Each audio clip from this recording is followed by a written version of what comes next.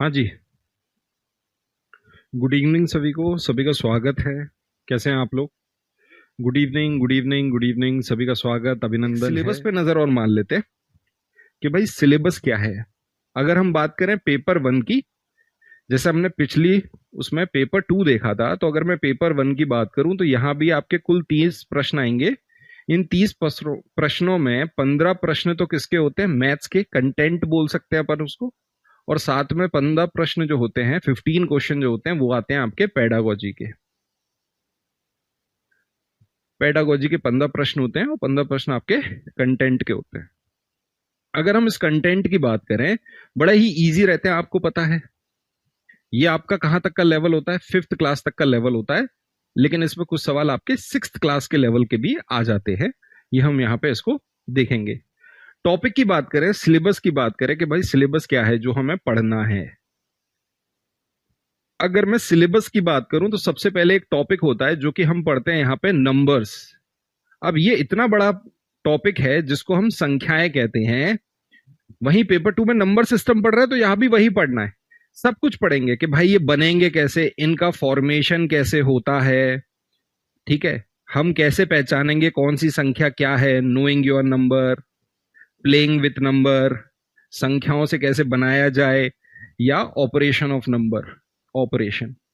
तो ये तो मैंने ऐसे टर्म लिख दिए, तो हम ये कह सकते हैं कि यहाँ पे फॉर्मेशन में अपन क्या पढ़ते हैं? स्थानीय मान, प्लेस वैल्यू, फेस वैल्यू। जब इसको बनाते हैं तो क्या पढ़ते हैं? न्यूमरेशन सिस्टम, जिसको हम संख्यांकन प्रणाली कहते हैं, numeration system. Knowing your number में हम क्या पढ़ते हैं? क्लासिफिकेशन, वर्गीकरण, कौन सी संख्या क्या होती है, ये अपन यहाँ पे पढ़ते हैं। ऑपरेशन ऑफ नंबर में क्या पढ़ेंगे? डिवीजन, मल्टीप्लिकेशन, एडिशन, सब्ट्रैक्शन, ये सब अपन यहां पढ़ने वाले हैं। हम एक तरह से बोल सकते हैं डिवाइड करना, मल्टीप्लाई करना, प्लस करना, माइनस करना, इन पे भी आपके सवाल आते हैं। और इनका जो सीक्वेंस होता है वो होता है द मास, मतलब पहले डिवीजन, उसके बाद मल्टीप्लाई, फिर प्लस, और फिर माइनस, सब्ट्रैक्शन। एक तरह से बोर्ड मास अपन ने जो पढ़ा होता है, सिंप्लीफिकेशन के भी सवाल आते हैं। क्लियर है? ये बात समझ में आ रही है? तो ये आपका एक, आपको दिख रहा है यहीं से आपके एग्जाम में लगभग 4-5 प्रश्न तो यहीं से आ गए डायरेक्ट। यहां एक टॉपिक होता है फ्रैक्शन, हम यहां पे फ्रैक्शन पढ़ते हैं। ये एक टॉपिक पढ़ते हैं जिसको हम भिन्न कहते हैं, फ्रैक्शन पढ़ते हैं। फ्रैक्शन के साथ हम यहाँ क्या पढ़ते हैं? LCM HCF. एलसीएम एचसीएफ को हम और डिटेल में पढ़ते हैं तो हम यहाँ क्या पढ़ते हैं? मल्टीपल और फैक्टर, मल्टीपल एंड फैक्टर्स, गुणज और गुणनखंड। हिंदी में मैं साथ साथ बोलता जा रहा हूं, यहाँ आप क्या पढ़ते हैं? गुणज और गुणनखंड पढ़ते हैं। आ रही है बात समझ में? ठीक है भाई। अगर हम आगे बढ़े तो एक टॉपिक होता है मेंसुरेशन, जो कि पेपर वन पेपर टू दोनों में आता है, जिसे हम क्या कहते हैं? क्षेत्रमिति, टाइम, समय, ये पढ़ना है हमको। मेजरमेंट, मापन, मापन, ये पढ़ना है हमको। ये सारे टॉपिक हमको देखने होते हैं। ये सभी टॉपिकों से एक एक दो दो, एक एक दो दो सवाल आते हैं। जैसे एक टॉपिक होता है मनी, यहां से सवाल आता है। यहाँ पे मीन, मोड, मीडियन के सवाल भी आपको पिछले 2 पेपरों में देखने को मिले हैं। यहां पे हम पढ़ते हैं शेप्स, ज्योमेट्रिकल शेप्स, पैटर्न, और डेटा हैंडलिंग। ये है आपके जो टॉपिक आपको यहाँ पे पेपर वन में पढ़ने होंगे। यहां से सभी से एक एक दो दो प्रश्न आते हैं। हम ये कह सकते हैं कि जो 5वीं क्लास की एनसीईआरटी है, उस एनसीईआरटी को हमें पूरा पढ़ना होगा। 5th क्लास के एनसीईआरटी के सभी टॉपिक्स को देखना होगा। अब आते हैं अपन सवालों पे। ये रहा आपका पहला सवाल। इस सवाल को देखो, ये सवाल किसका है? पैटर्न टॉपिक का है। एक तरह से एक सीक्वेंस नजर आ रहा है, एक पैटर्न नजर आ रहा है। जैसे मैंने कहा पैटर्न से एक सवाल आएगा, तो देखो आपको एक पैटर्न नजर आ रहा है। बहुत ही सिंपल सा सवाल है, बोलो, बताओ, बोलिए। ये आपके सामने आपको सवाल नजर आ रहा है। इस सवाल को अगर हम सॉल्व करेंगे तो एक सीक्वेंस नजर आ रहा है। 8, 1 लिखा है, 8 लिखा है, 27 लिखा है, 64 लिखा है, 125 लिखा है। देखो बच्चे कमेंट करते हैं। जैसे एक बच्चा है, मैं उसका कमेंट देख पा रहा हूँ। मेरे सामने मोबाइल ओपन है, मैं मोबाइल ओपन करता हूँ। ये मैंने एप्लीकेशन ओपन कर ली, लाइव क्लास में गया, माय कोर्स में गया, ये गया, और ये मैथ की क्लास में मैं आपके सामने चला गया, ठीक है। ये देखो, अब देखो ये बच्चा जो कमेंट करता है, आवाज आ रही है? मेरी आवाज आएगी तुमको? बोलिए। ये सामने आपको सवाल नजर आ रहा है, इस सवाल को अगर हम सॉल्व करेंगे तो एक सीक्वेंस नजर आ रहा है। क्या ये एप्लीकेशन पे क्लास नहीं चल रही साथ साथ? बताओ। 125 लिखा है ना, है ना? तो क्या होता है ना, आप कभी भी ना बहकावे में मत आया करो। कुछ ऐसे अकाउंट होते हैं जो जबरदस्ती की बातें करते हैं। आप लोग इतने तो समझदार हो, मुझे मालूम है। तो क्या है ना, हमको चाहने वाले लोग बहुत हैं, तो वो यही करते हैं, गलत सलत कमेंट कर देंगे। जैसे एक बच्चा कह रहा है एप्लीकेशन पे तो कुछ नहीं चल रहा, एक क्लास नहीं चल रही, और आपके सामने मैंने प्रूव कर दिया, अब वो कमेंट नहीं करेगा। ठीक है, अब क्या हो गया, उसका मोए मोए हो गया। अब वो बच्चा कमेंट नहीं कर पाएगा। बच्चा नहीं है वो, एक अकाउंट है, अजीब से अकाउंट रहते हैं। तो जबरदस्ती किसी भी तरह का कमेंट करके, पढ़ने नहीं आते, डिस्टर्ब करने आते हैं, तो कोई दिक्कत नहीं है ना? आओ इस सवाल को देखते हैं। तो मैंने तुमको बता दिया, देखो ऐसे करते, प्रूफ भी दे दिया तुमको, है ना? एक हो गया, 8 हो गया, 27 है, 64 है, 125 है। तो मुझे कहीं ना कहीं क्या नजर आ रहा है, ये क्यूब नजर आ रहे हैं। एक का क्यूब होता है एक, दो का क्यूब होता है 8, तीन का होता है 27, चार का है 64, पांच का है 125। तो 6 का क्यूब कितना होगा? 216। 7 का क्यूब कितना होगा बताओ? 343। ऑप्शन नहीं, 216 नहीं होता, हाँ 216 ही होता है। 6 का क्यूब 216। ये रहा आपके सामने। कौन सा ऑप्शन हो गया? Option number C is correct, ये ऑप्शन हो गया। तो अगर आपको क्यूब याद है, तो कुछ क्यूब आपको याद होने चाहिए, स्क्वायर याद होने चाहिए। जैसे ये लिखा है, एक का क्यूब एक हो गया, दो का क्यूब हो गया 8, तीन का क्यूब हो गया 27, चार का क्यूब हो गया 64, पांच का क्यूब हो गया 125, छह का क्यूब हो गया 216, सात का क्यूब हो गया 343, आठ का क्यूब हो गया 512, है ना? नौ का क्यूब हो गया 729, 10 का क्यूब तो आपको पता ही होगा, 3 जीरो लगा दो, है ना? ये कुछ याद होने चाहिए। 11 का क्यूब हो गया 1331, 12 का क्यूब हो गया 1728। तो इस तरह से आपको याद होने चाहिए। 13 का हो गया 2197। तो इस तरह से आपको कुछ क्यूब याद होने चाहिए। वैसे तो 20 तक होने चाहिए, 20 भी नहीं तो 15 तक क्यूब आपके याद हो। 15 का क्यूब हो गया 3375, 3375। तो ये सब आपको याद होना चाहिए। स्क्वायर आपको कम से कम 30 तक याद होने चाहिए। स्क्वायर याद होने चाहिए 30 तक। स्क्वायर कहां तक याद होने चाहिए? 30 तक स्क्वायर आपको याद होने चाहिए। ठीक है, आइए सेकंड नंबर का ये क्वेश्चन हो गया। इस सवाल को देखते हैं। तो जब भी आप पढ़ते हैं ना, तो अपनी किताब में ना लिख लीजिए 30 तक स्क्वायर लिख लीजिए, 15 तक क्यूब लिख लीजिए। तो रोज आपके सामने वो पेज रहेगा ना, जो भी आप नोट्स बना रहे हैं, तो उस पर नजर रहेगी आपकी, तो वो फिर धीरे धीरे आपको याद हो जाएंगे। बताओ भाई, ये सवाल है, what should be the subtraction from the sum of 9909, 9099 and 9009 to obtain 25454। 25454 प्राप्त करने के लिए ये संख्या दे रखी है, ये संख्या दे रखी है, ये संख्या दे रखी है, कि योग में से क्या घटाना चाहिए। तो इसका मतलब इन तीनों का योग करना पड़ेगा। पेपर 1 के ये सवाल है, इस बार का पेपर है अभी जनवरी वाला। बताओ, जोड़ दो। 9×3 = 27 की 7, हासिल आ गई 2। 9×9 = 18 और 2 20 की 0, हासिल आई। सही लिखे है ना मैंने? 9909, 9099, 9009 है। ठीक है भाई, 9009 है ये तीसरा वाला। 9×3 = 27 की 7, हासिल आई 2। 9 और 2 11 की 1, हासिल आई 1। 9 और 1 10 की 0, हासिल आई 1। ये हो गया। ओके, अब इसमें से क्या घटा दोगे? क्योंकि इसमें से क्या घटाया जाए, ये देखो, what should be subtracted from, इसके सम में से कि वो मिल जाए, तो सीधे वही घटा दो, अपन को पता चल जाएगा 2545।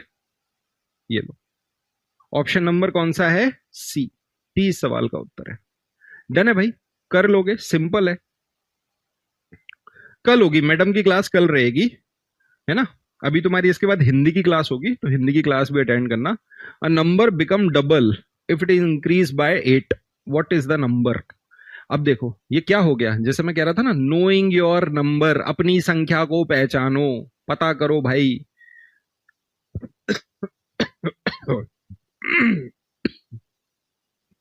अपनी संख्या को पहचानो। बताओ क्या होगा इस सवाल का उत्तर, देख के ही पता चल रहा है।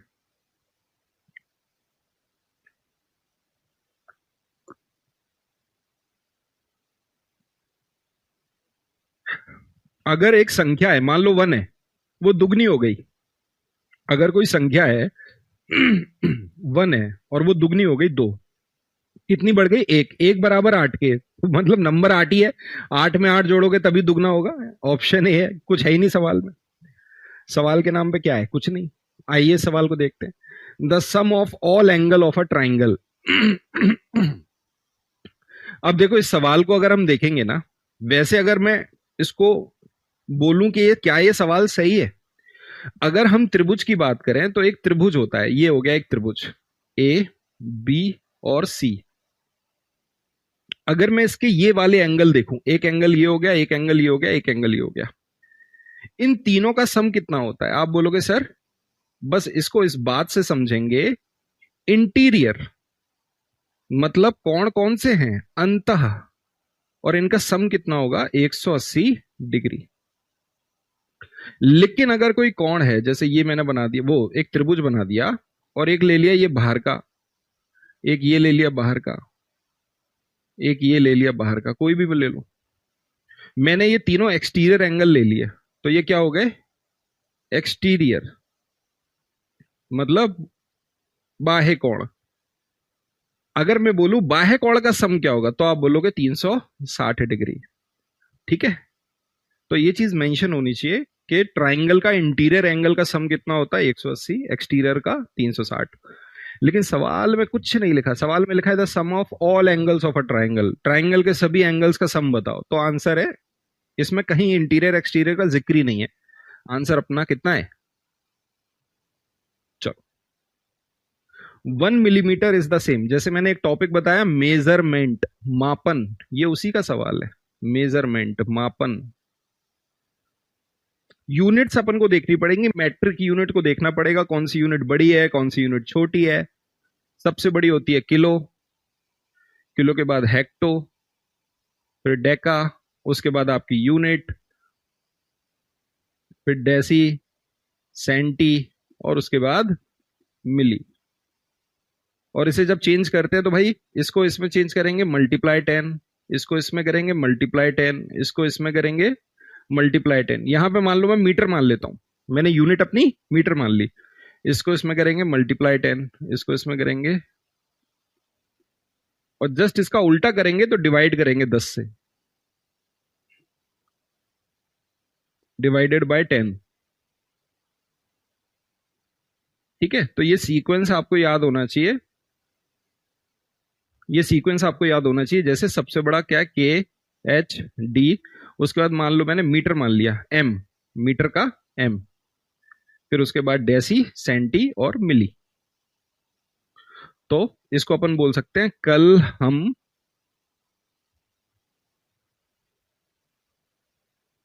दोनों मिलेंगे डांस क्लब में। कुछ भी बना लो, जैसा आपका मन करे वैसा बना लो, बट ये सीक्वेंस याद होना चाहिए। आपको पता होना चाहिए किलो में कितने किलोमीटर होते हैं, 1 किलोमीटर में कितने मीटर होते हैं, एक हेक्टोमीटर में कितने मीटर होते हैं, एक डेकामीटर में कितने मीटर होते हैं, 1 मीटर में कितने डेसीमीटर होते हैं, 1 मीटर में कितने सेंटीमीटर होते हैं, 1 मीटर में कितने मिलीमीटर होते हैं। ये याद होना चाहिए। अगर मैं ऐसे सीक्वेंस बनाऊं, 1 किलोमीटर में 10 हेक्टोमीटर, 1 हेक्टोमीटर में 10 डेकामीटर, 1 डेकामीटर में 10 मीटर, 1 मीटर में 10 डेसीमीटर, 1 डेसीमीटर में 10 सेंटीमीटर, और 1 सेंटीमीटर में 10 मिलीमीटर। अगर ये सीक्वेंस याद है तो बस फिर कोई दिक्कत ही नहीं है। फिर क्या है? 1 सेंटीमीटर अगर 10 मिलीमीटर के बराबर, तो 1 मिलीमीटर 1/10 सेंटीमीटर के बराबर, जिसे लिख सकते हो 0.1 सेंटीमीटर। आपसे पूछा गया 1 मिलीमीटर सेम एज 0.1 सेंटीमीटर, याद रख लेना। ठीक है, आगे बढ़ते हैं। आइए, जैसे मैंने आपसे कहा था कि भाई क्लासिफिकेशन पढ़ना है आपको। क्लासिफिकेशन पढ़ना है मतलब वर्गीकरण। क्या बोलती कंपनी? वर्गीकरण पढ़ना है। वर्गीकरण में सब पढ़ेंगे। इवन क्या है, ऑड क्या है, प्राइम क्या है, कंपोजिट क्या है, रेशनल क्या है, रेशनल क्या है, परफेक्ट कौन सा होता है, रियल कौन सा होता है, इमेजिनरी कौन सा होता है, सब पढ़ेंगे। डेसिमल नंबर क्या है, इंटीजर क्या है, डेसिमल में भी कौन कौन से टाइप होते हैं, टर्मिनेटिंग क्या है, नॉन टर्मिनेटिंग, सब पढ़ेंगे। तो भाई उसी में से ये सवाल आ गया। प्राइम नंबर पे सवाल पूछ लिया, कंपोजिट नंबर पे सवाल पूछ लिया। क्या लिखा है मित्रों? Which of the following statement is correct? निम्नलिखित में से कौन सा कथन सही है? One is a composite number, एक भाज्य संख्या है। One is both a prime और कंपोजिट नंबर, एक दोनों है, भाज्य भी है अभाज्य भी है। One is neither prime nor composite, option number C is correct. ये जो वन होता है ना ही ये कंपोजिट होता है और ना ही ये प्राइम होता है। ये क्या है? अकेला है, आपकी तरह। जैसे आप जीवन में अकेले हो ना, आपके जीवन में कोई नहीं है। आपके जीवन में सिर्फ आपका क्या है? पेपर है। आपका ध्येय है, आपका लक्ष्य क्या है? लक्ष्य तुम्हारा है इस बार सीटेट को तबाह कर देना है। आइए सवाल को देखते हैं। ब्रज के पास अपनी पसंद की जमीन घेरने के लिए 100 मीटर का तार था। उसके पास 100 मीटर का ऐसा तार है और वो अपनी जमीन को ऐसे घेर रहा है। वह सबसे बड़ा जमीन का टुकड़ा लेना चाहता है। देखो भाई, लालची आदमी है, सबसे बड़ा टुकड़ा लेना चाहता है क्योंकि घेरने का मौका मिल गया इसको। निम्नलिखित में से उसे किस माप का टुकड़ा लेना चाहिए ताकि उसकी जमीन का क्षेत्रफल अधिकतम हो? अब आप एक मेरे को बात बताओ, क्षेत्रफल कैसे निकालोगे भाई? लंबाई गुणा चौड़ाई करके, है कि नहीं? अगर मान लो इतना बड़ा एक तार है, जिस तार से आप जमीन को ऐसे घेरोगे, तो परिमाप क्या होगा? यहां से अगर स्टार्ट कर दिया और ये देखो तार से मैंने ऐसे जमीन घेर दी, ठीक है? अंदर वाला मत सोचो, बाहर वाला सोचो। तो इसका मतलब तार की लंबाई यहां से लेके यहां तक पूरी 100 होगी, मतलब पूरा परिमाप होगा। 30 और 20 50, 50 का दुगना 100, सही है। 25 और 25 50, 50 का दुगना 100, ये भी सही है। 5 और 45 50 का दुगना 100, 15 35 50 का दुगना 100, भाई सही है, एकदम सही है। चारों के चारों सही है, घेर सकता है। एरिया किसका अधिक होगा ये बताओ? अगर इसका मल्टीप्लाई इसमें करोगे तो ये हो जाएगा 600। 25 का 25 में करोगे 625। 45 का करोगे इसमें तो कितना होगा बताओ? 25 की 5 हासिल लगी 2, 20 और 2 22। 15 पंजे 75 की 5 हासिल आ गई 7। 15 तिया 45 और 45 में अगर अपन ने 7 जोड़ दिए तो कितने हो गए? 52। ये लो भाई, सबसे बड़ा एरिया कौन सा है? 625, बी ऑप्शन है। सबसे छोटा कौन सा है? तो सबसे बड़ा कौन सा हो गया? लार्जर ये हो गया, स्मॉलर ये हो गया। आइए सवाल पे आते हैं। A dash is always a regular polygon. ये डैश लगा दिया, सदैव एक सम बहुभुज होता है। स्क्वायर, पेंटागन, सर्कल और आइसोसेलेस ट्रायंगल। सदैव होता है, सदैव। बताओ कौन सा इसमें सदैव होता है? Option number A. Option number A is correct, यह सदैव होगा। पेंटागन के आगे आपको रेगुलर पेंटागन लिखना पड़ेगा। हेक्सागन के आगे आपको रेगुलर हेक्सागन लिखना पड़ेगा। जेप्टागन के आगे रेगुलर जेप्टागन, समझ रहे हो? पंचभुज, षटभुज, इनके आगे आपको रेगुलर लिखना पड़ेगा, सम पंचभुज, तब जाके वो पॉलीगन होगा। रेगुलर पॉलीगन का मतलब यह है ऐसी आकृति, ये देखो जैसे स्क्वायर है, ऐसी आकृति जिसकी भुजाएं भी बराबर हैं और उसके कोण भी बराबर हैं। ये क्या कहलाता है? पॉलीगन कहलाया। अब 4 साइड का है इसलिए कौन सा है? स्क्वायर। अगर मैं 3 साइड का बोलता तो 3 साइड का क्या होगा? आप बोलोगे सर 3 साइड का तो ट्राइंगल होगा सर। बट ट्राइंगल भी कौन सा जो सदैव होगा? आप बोलोगे सर इक्विलेटरल। कौन सा ट्राइंगल? इक्विलेटरल। सम समबाहु त्रिभुज, इक्विलेटरल ट्राइंगल। ठीक है भाई, आइए आगे बढ़ते हैं, इस सवाल को देखते हैं। ये रहा आपके सामने सवाल। पार्सल भेजने की दरें नीचे दी गई हैं। The parcel sending rate are given below. Parcel का भार 50 ग्राम या उससे कम में 15 रुपए पार्सल का भार लगता है, और प्रत्येक अतिरिक्त 50 ग्राम के लिए 7 रुपए मीना अपनी सहेली चारू को पार्सल भेजना चाहती है। अगर 50 ग्राम के अलावा अतिरिक्त 50 ग्राम लग रहा है तो 7 रुपए देने पड़ेंगे। मीना भेजना चाह रही है चारू को, जो दिल्ली में है। पार्सल का भार 350 ग्राम है। दरों को देख के पार्सल भेजने का सही राशि का चुनाव कीजिए। सवाल में क्या लिखा है? पार्सल वेटिंग, ये आपके सामने लिखा है। Meera wants to send a parcel to her friend Charu in Delhi. The parcel weight 350 gram. Look at the charges and select the correct cost of sending the parcel. सवाल इतना आसान है, आप बताओ 350 ग्राम का पार्सल है, पहले 50 ग्राम के कितने रुपए लग गए? आप बोलोगे सर 15 रुपए। उसके अलावा बचा कितना? 300 ग्राम, जो कि 50-50 का 6 बार लग गए 7 रुपए। 6 सत्ते 42, और 42 और 15 कितना हो गया? 57 रुपीज। ऑप्शन नंबर कौन सा रहेगा? सी आपका आंसर हो गया। अगला सवाल ये रहा, Yamini threw a die 10 times and got the following result. अब ये क्या है? एक तरह से आप डेटा हैंडलिंग का सवाल कह लो इसको।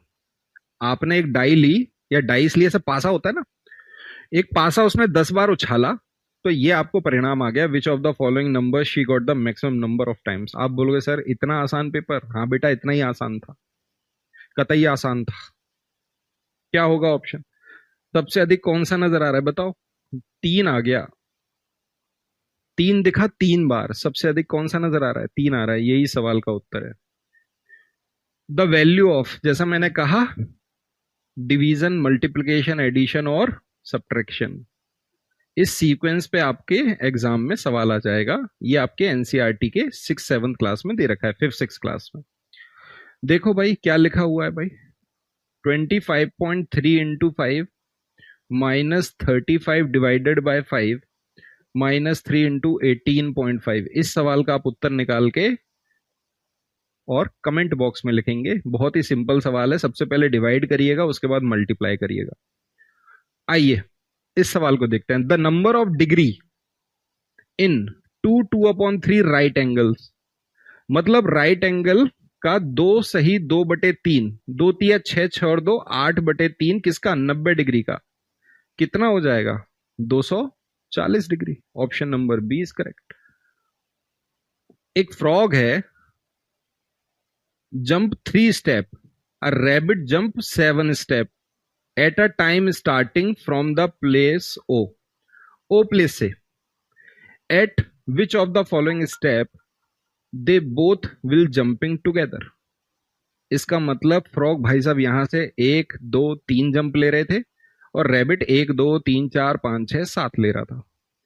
मतलब 3 और 7, इन दोनों का एलसीएम कितना आएगा बताओ?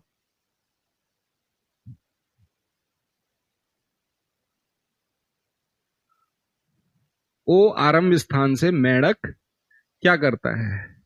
3 कदम, और खरगोश 7 कदम की छलांग लगाते हैं। निम्न में से किस कदम पर वह दोनों एक साथ छलांग लगाएंगे? इसका मतलब ये जो ऑप्शन आपको दे रखे हैं, ये ऑप्शन 3 और 7 दोनों से डिवाइड होने चाहिए। 3 एंड 7 इन दोनों से डिविजिबल होने चाहिए। 3 का नियम क्या कहता है बताओ मुझे? आप बोलोगे सर 3 का नियम कहता है sum of digit, sum of digit, संख्याओं का योग 3 से विभाजित होना चाहिए। संख्याओं का योग निकाल लो भाई, खत्म करो सवाल को। देखो भाई 3 कट गया, 7 और 1 8 नहीं कटेगा। 3 कट गया, 8 और 7 15, ये कट जाएगा। 4 और 5 9 और 3 ये भी कट गया। 4 और 3 7 और 3 ये भी नहीं कटा। तो 2 ऑप्शन तो तुम्हारे गए, ये 2 ऑप्शन बचे। ठीक है भाई। अब इसके अलावा बोला 7 से भी डिवाइड होना चाहिए। क्या ये संख्या 7 से डिवाइड हो रही है? नहीं हो रही। Option number 20 correct. खत्म, टाटा गया, गुड बाय। आते हैं भाई how many packet of 1/12 kg salt can be made from 1/2 kg of salt? मतलब 7.5 किलोग्राम नमक में से 1/12 kg नमक के कितने पैकेट बनाए जा सकते हैं? इस सवाल को सॉल्व करने का मतलब है 7.5 किलो में से डिवाइडेड बाय 1/12। बस यही सवाल है। क्या है ये सवाल के नाम पर? 7 दूनी 14 और 1 15, 15/2 और डिवाइड का साइन हटेगा, उल्टा हो जाएगा 12। 15 छिक 90, सी ऑप्शन। बहुत सिंपल है, बहुत ही आसान पेपर आपके एग्जाम में आया हुआ था। Which one of the following cost least? बताओ भाई, सबसे कम कॉस्ट निम्नलिखित में से किसकी है? सबसे कम कॉस्ट बताओ।